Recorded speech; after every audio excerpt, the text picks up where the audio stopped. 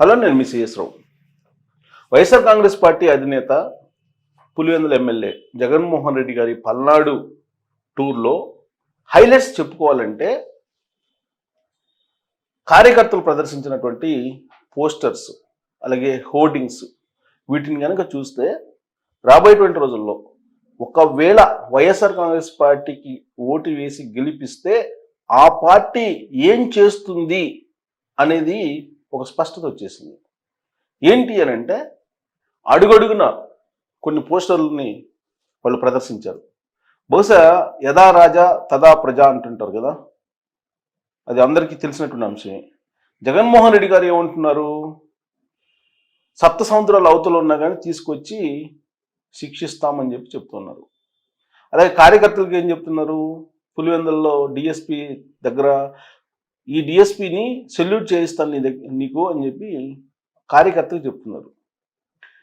తర్వాత కాకాని గోవర్ధన్ రెడ్డి కానీ, లేదా నాగేశ్వరరావు గారు మాజీ మంత్రి, ఆయన కానీ, వీళ్ళందరూ మాజీ మంత్రులు, గౌరవప్రదమైనటువంటి పోస్టుల్లో నిర్వహించినటువంటి వాళ్ళు, కొడాలి నాని కానీ, పేరు నాని కానీ, వీళ్ళల్లో నాగేశ్వరరావు గారు ఈ మధ్య ఏమన్నారు తెలుసా, గుంటూరు యువతల వాళ్ళని లోపలేస్తాం, అవతల వాళ్ళని నరికేస్తాం అని చెప్పేసి అన్నారు. ఒక మాజీ మంత్రి బట్టలు ఇప్పదీసి నడి రోడ్లో నిలబెడతాం అని చెప్పి పోలీస్ ఆఫీసర్స్ని అన్నారు కాకాని గోవర్ధన్ రెడ్డి గారు. ఇక పేరు నాని కానీ, రోజా గారు కానీ, వీళ్ళందరూ ఆఫీసర్స్ని ఎలా మాట్లాడుతున్నారో అందరం వింటూనే ఉన్నాం. మళ్ళీ మేము అధికారంలోకి వస్తే పోలీసులు బట్టలు ఇప్పదీస్తాం, నిలబెడతాం, సప్త సముద్రాల అవతల ఉన్నా తీసుకొచ్చి లోపలేస్తాం, నరుకుతాం, పొడుస్తాం, చంపుతాం. ఇదే కదా. మరి ఇప్పుడు క్యాడర్ కూడా అదే స్లోగన్ అందుకున్నారు. పల్నాడుకి ఆయన వెళ్ళారు, నాగమల్లేశ్వరరావు చనిపోయాడు ఏడాది క్రితం. సరే, ఆయన జూన్ 4వ తారీఖున రిజల్ట్ వచ్చిన తర్వాత ఏం జరిగింది, జూన్ 4వ తారీఖున రిజల్ట్ వచ్చిన తర్వాత 5వ తారీఖు ఏం జరిగింది, ఆత్మహత్యతనం చేశారు. ఆ తర్వాత ఆయన హాస్పిటల్కి తీసుకెళ్తే జూన్ 9వ తారీఖు దాకా బతికాడు. జూన్ 9వ తారీఖున ఆయన చనిపోయారు గత ఏడాది. అప్పటి నుంచి ఇప్పటి వరకు పరామర్శకెళ్ళి ఇప్పుడు నాగమల్లేశ్వరరావు విగ్రహావిష్కరణ అంటూ పల్నాడుకి వెళ్ళారు జగన్మోహన్ రెడ్డి గారు. ఆ వెళ్ళినటువంటి సందర్భంగా 3 రకాల అపశృతులు జరిగినాయి. సరే, ఆ సందర్భంగా కార్యకర్తలు అసలు ఏ రేంజ్లో వాళ్ళు హోర్డింగ్స్ పెట్టారు అనేది మనం చూస్తే ఇక్కడ చూడండి. 2029లో అంటే వచ్చే ఎలక్షన్లో 2029లో వైఎస్ఆర్సిపి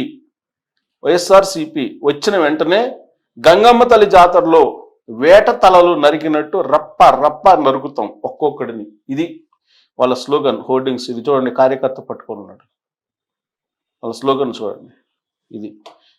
ఇక ఇంకోటి చూపిస్తాను, ఇంకోటి చూడండి, రప్ప రప్ప నరుకుతాం నా కొడకల్లారా.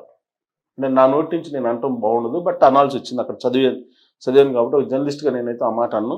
బట్ అక్కడ రాసి ఉంది అది, రప్ప రప్ప నరుకుతాం నా డాష్ డాష్ డాష్ అని చెప్పేసి అన్నారు. ఇవి హోర్డింగ్స్. ఒక కార్యకర్త ఏమో నరుకుతాం గంగమ్మ జాతరలో మాదిరిగా అంటే, ఇంకొక కార్యకర్త ఏమో రప్ప రప్ప నరుకుతాం నా డాష్ అని చెప్పి అన్నారు. ఇంకొకటి కూడా చూపిస్తాను, క్లోజప్లో మీరు చూడొచ్చు. ఇంకొకటి కూడా చూపిస్తాను, ఇంకొక వాల్ పోస్టర్. ఇంకోటి ఇది, ఇక్కడ చూడండి, ఏంటిది, రాజారెడ్డి రాజ్యాంగం పల్నాడు నుంచి మొదలు. ఇది రాజారెడ్డి రాజ్యాంగం పల్నాడు నుంచి మొదలు. ఇది వాళ్ళు ప్రదర్శించినటువంటి పోస్టర్స్. ఎవరు, జగన్మోహన్ రెడ్డి గారు పల్నాడు పర్యటించే సందర్భంగా రెంటపాళ్ళకి వస్తున్నటువంటి సందర్భంగా జగన్మోహన్ రెడ్డి నాగమల్లేశ్వరరావు విగ్రహావిష్కరణ కోసం వస్తున్న సందర్భంగా ప్రదర్శించినటువంటి పోస్టర్లు. అసలు జగన్మోహన్ రెడ్డి గారు పల్నాడు పర్యటనే విషాదంతో నిండినటువంటి పర్యటన. ఎక్కడికి పోయినా అది విషాదంతో నిండిన పర్యటనగానే ముగుస్తుంది. ఈ మధ్యకాలంలో అయింది. నాగమల్లేశ్వరరావు చనిపోయాడు, విషాదం. ఆ విషాదంలో ఈయన ర్యాలీ ప్రదర్శించాడు, వర్షం కురిపించారు ఆయన మీద, జగన్మోహన్ రెడ్డి గారి మీద కార్యకర్తలు. చనిపోయినటువంటి వాళ్ళ ఇళ్ళకి వెళ్ళేటప్పుడు ఎవరైనా సరే ప్రపంచంలో ఈ తరహాలో వెళ్తారా? ఆలోచించండి. వెళ్ళారు. అక్కడ నాగమల్లేశ్వరరావు తల్లి ఏడుస్తూ ఉంటే జగన్మోహన్ రెడ్డి గారి నినాదాలు జిందాబాద్ జిందాబాద్లు వినిపించాయి అక్కడ. సో కాబట్టి అసలు ఆంధ్రప్రదేశ్ రాష్ట్రంలో ఏం జరుగుతుంది, రాబోయే రోజుల్లో ఏం జరుగుతుంది అనేది కూడా అంచనా వేసుకోవచ్చు ఆంధ్రప్రదేశ్ ప్రజలు. మరి ఇలాంటి నినాదాలకి మీరు జై కొడతారా అనేది మీరు ఆలోచించుకోవాలి. 2019 నుంచి 2024 వరకు ఏం జరిగింది అనేది ఆంధ్రప్రదేశ్ ప్రజలందరికీ తెలుసు.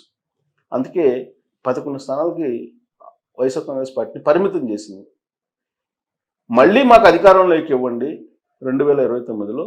వచ్చిన తర్వాత మేము ఏం చేస్తామనంటే రాజారెడ్డి రాజ్యాంగం 14 నుంచి మొదలు పెడతాం. తర్వాత రప్ప రప్ప నరుగుతాం. ఇంకోటి 2029లో వైఎస్ఆర్సీపీ వచ్చిన వెంటనే గంగమ్మ తల్లి జాతరలో వేట తలలు నరికినట్టు రప్ప రప్ప నరుకుతాం ఒక్కొక్కరిని. ఇది హోర్డింగ్స్ ప్రదర్శన. గతంలో ఏ పార్టీ సంబంధించినటువంటి ర్యాలీలు లేదంటే యాక్చువల్గా ఇలాంటి వాటికి ఏ పార్టీలు ర్యాలీలు పెట్టినటువంటి దాఖలాలు లేవు. ర్యాలీలు పెట్టడం గుంటూరు నుంచి పల్నాడు దాకా ర్యాలీలు పెట్టారు. దాదాపు 6 గంటల పాటు ఆయన పర్యటన సాగింది. 6 అవర్స్. గంటలో చేరాల్సినటువంటిది 6 అవర్స్ పట్టింది. అంటే ఏ స్థాయిలో జన సమీకరణ చేశారో అర్థమవుతుంది. ఇది నగ్న సత్యం. ఏ పార్టీ అయినా, వైఎస్ఆర్ కాంగ్రెస్ పార్టీ ఏ పార్టీ అయినా డబ్బులు ఇవ్వండి వచ్చే పరిస్థితి లేదు ఇవాళ. మరి డబ్బులు వెదజల్లి డబ్బులు పనిచేసి ఆయన 6 గంటల పాటు గుంటూరు నుంచి పల్నాడు వరకు వెళ్ళి ఏం చేశారు అని అంటే ఇద్దరు చనిపోయారు. ఆ పర్యటన కారణంగా ఇద్దరు చనిపోయారు. ఒకటి జయవర్ధన్ రెడ్డి, అతని వయసు కూడా 30-35 అలా ఉంటాయేమో, కుర్రాడు.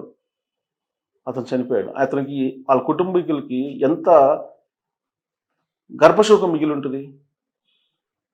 మరి వాళ్ళకి ఎన్ని కోట్లు ఇస్తే వాళ్ళ బాధ తగ్గుతుంది. సింగయ్య ఆయన్నైతే ఏకంగా కాన్వాయ్లో తొక్కుంటూ వెళ్ళిపోయారు. కాన్వాయ్లో తొక్కున్న తర్వాత వెంటనే హాస్పిటల్ కానీ చేరిస్తే బతికుండేవాడేమో. తొక్కుని వెళ్ళిపోయారు. తొక్కుని వెళ్ళిపోయిన తర్వాత పోలీసులు హాస్పిటల్లో చేరిస్తే ఆయన చనిపోయాడు. మరి కొన్ని ఆ ప్రదర్శనలో ఏమైనా ఆలోచింపజేసే నినాదాలు చేశారంటే వాళ్ళు చేసిన నినాదాలు హోర్డింగ్స్ ఇవి: నరుకుతాం, పొడుస్తాం, చంపుతాం. కార్యకర్తల్ని ఏ దిశగా తీసుకెళ్తున్నారు వైఎస్ఆర్ కాంగ్రెస్ పార్టీ అనేది అర్థమవుతుంది. 2029లో వైఎస్ఆర్ కాంగ్రెస్ పార్టీకి ఓటు వేస్తే జగన్మోహన్ రెడ్డి గారు ఏం చెప్తున్నారో గుర్తుంది, నేను చెప్పాను. ఆయన క్యాబినెట్లో పనిచేసినటువంటి వాళ్ళు ఏం చెప్తున్నారో కూడా నేను గుర్తు చేశాను. ఇప్పుడు క్యాడర్ ఈ పరిస్థితికి వచ్చింది. మరి దీన్ని ఆహ్వానిద్దాం మనం. దీనికి ఫుల్ స్టాప్ పెట్టేది ఎవరు?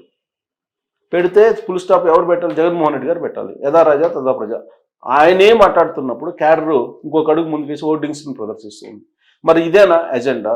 ఇదే మేనిఫెస్టోనా? రేపు 2029కి వైఎస్ఆర్ కాంగ్రెస్ పార్టీ మేనిఫెస్టో ఇదేనా? అసలు ఆలోచించాలి.